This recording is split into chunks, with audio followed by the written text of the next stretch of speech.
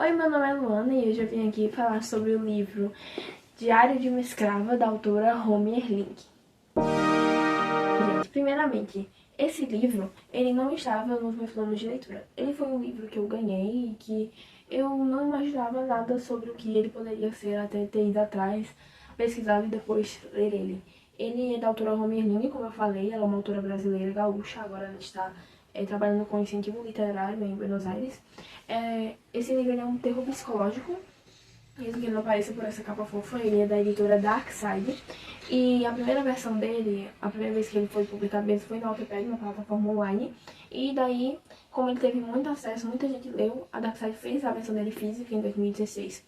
Esse livro ele vai tratar da história de uma menina, Laura, que ela foi sequestrada por um homem, Estevam, e ela vai ser mantida em cativeiro no subsolo da casa dele.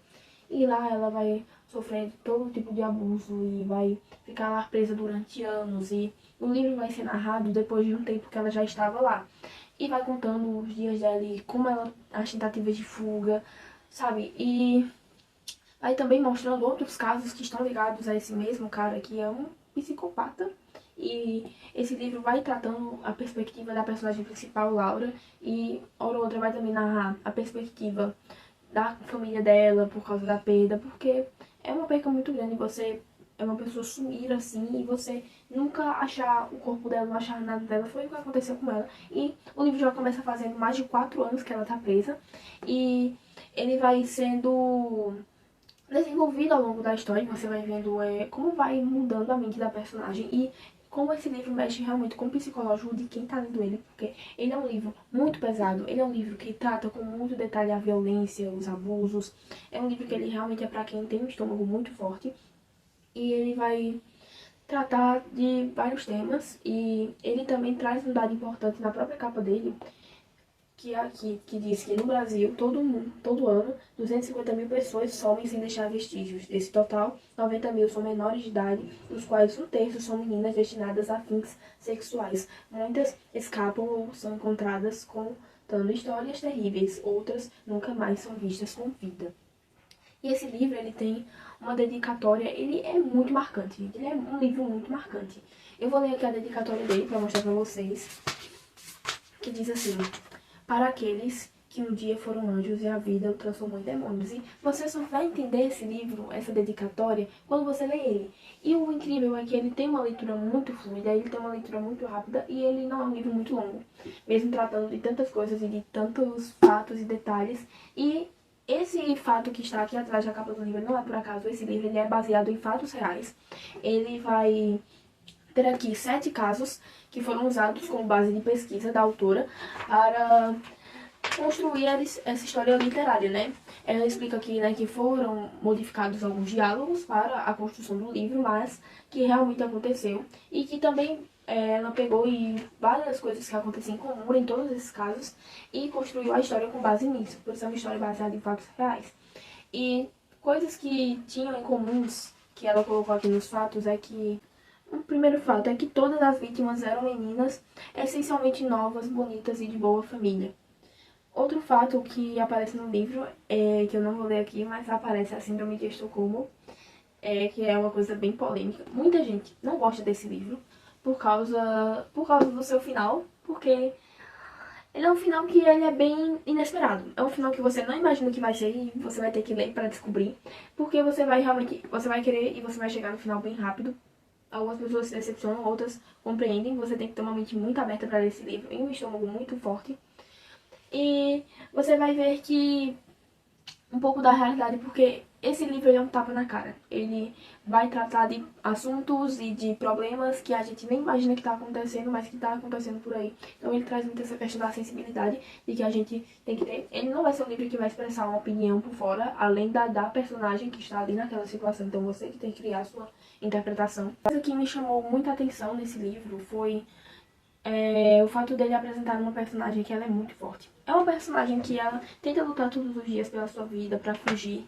E que ela também é uma personagem muito humana. A autora conseguiu retratar bem isso. E eu vim aqui e eu vou trazer um trecho do livro que realmente mostra isso. Que mostra esse lado humano da personagem. De uma hora que ela estava se sentindo fraca. Porque, claro que ela teria que se sentir fraca em algum momento nessa situação, né, gente?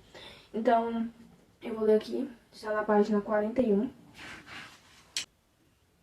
Até hoje, nesses mais de 4 anos de cativeiro, eu sempre lutei.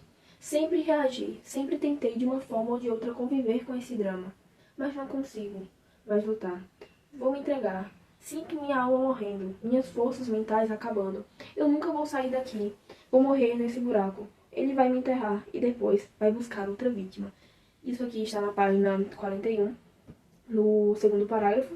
E aqui na página 40 trata uma coisa que é muito importante no livro e que você fica assim, chocado, que é a questão de que o cara que sequestrou ela, ele é um cara que ele mantém uma imagem saudável para a sociedade, que acontece muito por aí na maioria dos casos, né, gente? Porque muita gente vai frequentar até a igreja, como diz aqui. Vou ler o trecho, olha, como pode um ser que diz humano como o ouro, que é o apelido que ela deu para o cara, ter uma esposa, ter uma casa normal e até frequentar uma igreja e ainda assim ter dentro de si um demônio em forma de gente. Então você vê aí a indignação dela, você vê aí também a revolta e como é tratado, né? De que aqui também nos casos menciona isso, que muitas dessas pessoas que fizeram isso, que eram sempre homens, sempre tinham homens e às vezes tinham mulheres envolvidas também nas vítimas, que as mulheres elas eram ex-vítimas que acabavam tendo que apoiar eles por ter essa dependência, sabe? Aqui retrata nos casos. E o que acontece é que mantém uma vida normal e saudável na sociedade e ninguém imagina que que ele é um monstro. Literalmente um monstro. E por último, para destacar, eu queria falar sobre a capa do livro. A capa do livro, ele mostra uma borboleta e na própria capa mostra o nome do livro também. Diário de uma Escrava, se você reparar bem aqui. Romy Erling, tá escrito nas asas da borboleta. E agora você vai pensar, por que uma borboleta, né? O livro ele vai começar falando uma cena sobre a própria personagem Laura.